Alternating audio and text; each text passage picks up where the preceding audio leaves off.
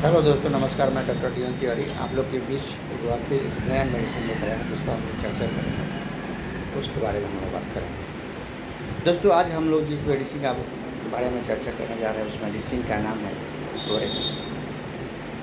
Borax जो है प्राकृतिक रूप में पाए जाने वाले एक क्रिस्टल होता है जो समुद्र में, पहाड़, चट्टानों में या झीलों में पाया जाता है। यह एक कंपाउंड पत्थर होता है, केमिकल होता है, जो सोडियम, बोरेक्स, ऑक्सीजन और हाइड्रोजन के कंपाउंड से मिलकर बनते हैं। कंपोजिशन से एक कंपाउंड बनाता है और एक पत्थर के रूप में, क्लिस्टर के रूप में प्राकृतिक में, एक पहाड़ों में या फिर कहिए कि समुद्र के अंदर या झीलों में, जो पुरानी झीलें होती हैं उसमें ये पत्थर के रूप में, क्रिस्टल के रूप में पाया जाता है और उससे इस दवा को बनाया जाता है। आम बोलचाल भाषा में इसको हम लोग सुहागा भी कहते हैं। जैसे हम लोग के गाँव में, बाजार, फर्मों में सुहागा नाम सुने होंगे कि बहुत सारे सुहागा लोग घर में रखता है और किस किस रूप में उसका इस्तेमाल होता है आप लोग जानते ही होंगे। लेकिन इस सुहागा को जो बनता है वो बोरेक्स क्रिस्टल के द्वारा ही तैयार किया जाता है। बोरेक्स क्रिस्टल का ही एक रूप में से ही बनता है जो उजला होता है, चमकीला होता है। इसका जो केमिकल नाम होता है बोरेट ऑफ सोडियम, जिसको हम लोग मेडिसिनल रूप नाम से, बोरेक्स के नाम से जानते हैं। हेम्योपैथ में इसके द्वारा एक दवा बनाया जाता है जिसका नाम है बोरेक्स, और यह दवा बहुत ही रोगों में इस्तेमाल किया जाता है।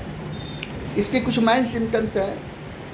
इसका मेन सिस्टम है कि कोई भी व्यक्ति हो, किसी भी रोग से ग्रसित हो और वह ऊंचे स्थानों से डरता हो, अगर ऊंची छत पर खड़ा हो और नीचे देखता हो तो उसको डर लगता हो और उसके बाद वो ऊपर से नीचे उतरने में डरता हो, उसको लगे कि नहीं नीचे जाएंगे तो गिर जाएंगे, चाहे वो सीढ़ी से ही उतरना चाह रहा, उतारा जाए या उतरने की कोशिश करे तो वो डरता हो, उसके अंदर भय बना रहे हमेशा, और भय की वजह से चिड़चिड़ा, गुस्सा करना शुरू कर दे और नीचे नहीं जाए और जिद पर रहे कि ना हम नहीं जाएंगे। इस तरह के मेंटल सिम्टम्स इसमें आम है।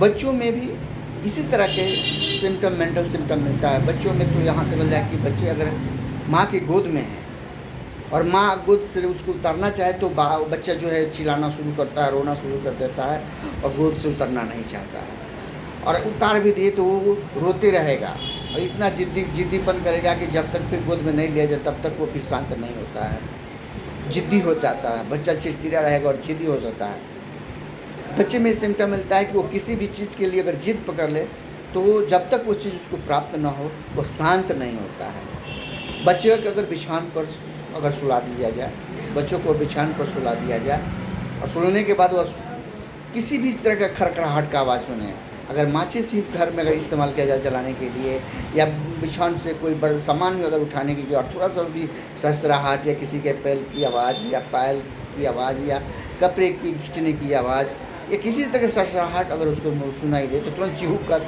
बच्चा उठ जाता है और चिल्लाना शुरू कर देता है, और जब तक गोद नहीं लिया जाए तब तक वो फिर चिल्लाते रहता है।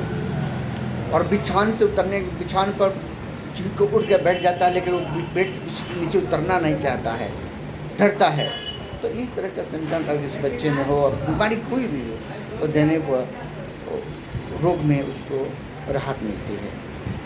इसके बाद इसमें एक विशेष लक्षण है कि बच्चे को इस तरह का सिम्टम हो और इसके अलावा बच्चों के मुंह में किसी तरह का छाला है, फोड़ा है, फुंसी है या दाने दाने मुँह पक जाते हैं।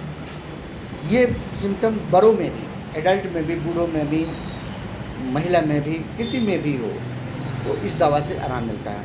खासकर मुंह में जो एफल्स हो जाता है, छाले पड़ जाते हैं, गोल गोल वाइट वाइट स्पॉट पड़ जाते हैं, जीभों पे लोग कहते हैं कि मुंह पक गया है, तो ये जो अगर इस तरह के सिम्टम किसी भी व्यक्ति में है तो इस दवा से आराम मिलता है। औरतों में देखा गया है कि जो औरतें जिनके बाल जो हैं काफ़ी घना होता है और आपस में जो है जब कंघी करने जाती हैं तो बाल उनका सुलझता नहीं है। कंघी लगने पर कंघी जो है बीच बीच में अटक जाता है और जिसकी वजह से बाल उनका टूट जाता है, टूट के गिर जाता है, लेकिन सीधा नहीं होता। और इस तरह से बाल झाड़ने के समय में बहुत सारे मात्राओं में बाल गिरना शुरू हो जाते हैं। वो उलझन सुलझता नहीं है और बाल जो है कुछ के कुछ निकल जाते हैं। अगर इस तरह का सिम्टम्स बालों में किसी भी औरत को मिले तो ये दवा देने से उनके बाल की समस्याएं खत्म हो जाती हैं। औरतों में एक बीमारी होती है लिकोरिया का। अगर औरतों की जो लिकोरिया होती है, सफ़ेद दाग बोलते हैं, अगर वो वाइट स्पॉट हो, गड्ढा हो और निकल रहा हो, जिससे उनके जो कपड़े ख़राब हो जाते हैं, उसमें इचिंग हो, जलन हो, और वो हमेशा महसूस कर रही हैं कि वो जो है हमारे नीचे तक जो है बह के पैर के तक चला जा रहा है, तो इस तरह का सिम्टम मिल लेने पर ये इस दवा से यह बीमारी में बहुत राहत मिलता है, यहाँ तक कि जड़ से खत्म भी हो जाता है। तो यह लिकोरिया के लिए भी एक रामबाण दवा है।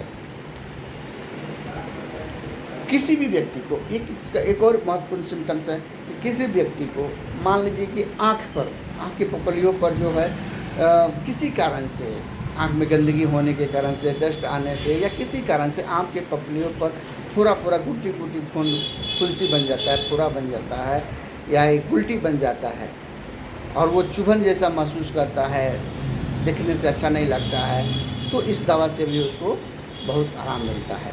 यहाँ ये कहिए कि ख़त्म हो जाता है, उस तरह की बीमारी खत्म हो जाती है। दूसरे एक चीज़ और इसमें हम लोग सिम्टम देखते हैं कि बहुत सारे बच्चियों में, खासकर युवा बच्चियाँ हैं, स्त्रियाँ हैं, बच्चियाँ हैं, उनमें या लड़कों में जिनके नाक के अग्रभाग में, ये सिरे पर ये सूजन आ जाता है और फोड़ा की तरह बन जाता है, गोल फोड़ा की तरह लगेगा कि कोई चीज़ उनको काट लिया है या फिर कुछ हो गया है, तो फोड़ा बन जाता है और लाल हो जाता है, पूरा सुर्ख लाल दिखाई देता है नाक के अग्रभागों में।